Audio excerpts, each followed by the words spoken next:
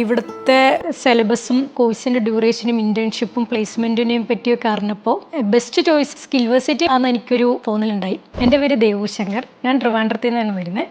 ഞാനിവിടെ ഹോസ്പിറ്റൽ അഡ്മിനിസ്ട്രേഷനാണ് പഠിക്കുന്നത്. 7ാം ക്ലാസ് മുതൽ ഡിഗ്രി വരെ ഞാൻ സ്പോർട്സ് കോട്ടയിലായിരുന്നു. റെസ്ലിംഗ് ആയിരുന്നു എൻ്റെ മെയിൻ ഐറ്റം.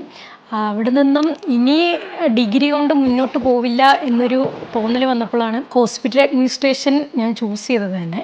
ഞാൻ ഈ കോഴ്സ് എടുക്കുന്ന കാര്യം എൻ്റെ വീട്ടിൽ എൻ്റെ അമ്മേനോട് സംസാരിച്ചപ്പോൾ അമ്മയ്ക്ക് വലിയ താല്പര്യമൊന്നും ഇല്ലായിരുന്നു. അമ്മയ്ക്ക് ഓൾറെഡി കുറേ ടെൻഷൻ ഉണ്ടായിരുന്നു.